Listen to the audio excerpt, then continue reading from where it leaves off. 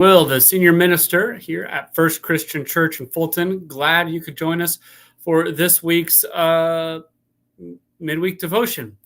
Today, I want to talk about basically everybody's favorite psalm, maybe the piece of scripture that most people know. Psalm 23, the Lord is my shepherd. And why is it so beloved? I mean, once when I was visiting a widow, we were discussing her husband's funeral. She told me that he had once gone to a funeral and no one said Psalm 23, and he quipped, "It's not a funeral if Psalm 23 isn't read."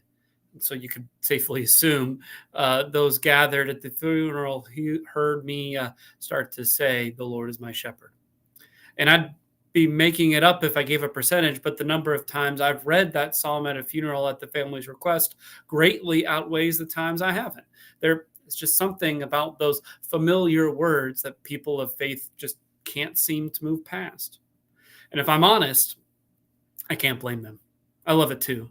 I have a poem from Wendell Berry, my office. It's up there. That's called "The Peace of Wild Things," and it could just as easily be an interpretation of hanging out in grassy meadows and being led to still waters. What David talks about in Psalm 23.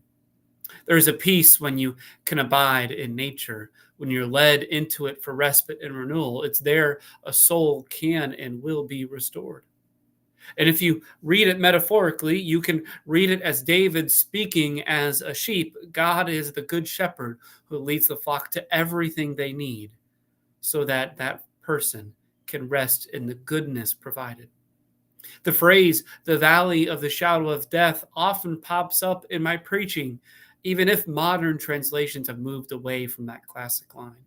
It's visceral and evocative, speaking of the shadows of life through which we walk.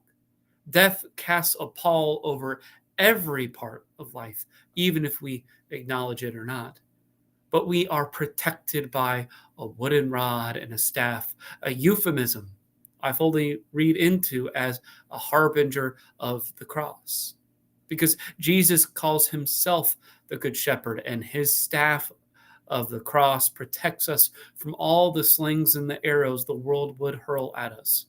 We will still have to tread that deep, dark valley, still walk amid the shadows, and still have to deal with all sorts of danger, but we need not fear them because death has been defeated. It has been defeated, and we are not alone when we are treading or walking or dealing in the valley of the shadow of death. And when we are there, we need this reminder. We need Psalm 23. We need to be reminded of God's comfort and strength. We need to hear God will not abandon us, but lead us to the pastures of new life. We need to see God's love and goodness nipping at our heels. We need to feel God's presence so closely, it's like we're always in God's house. We need to be reminded of this. And this is why we love Psalm 23, because it reminds and tells and shows and puts this all front and center. I get it. But it's not just it's not just at funerals when we should read Psalm 23. It's good any day of the week, even the midweek today. Thanks for joining me for this week's devotion. I hope that you will go and read Psalm 23. The Lord is my shepherd, I shall not want. Read it and hear it as a prayer for you today.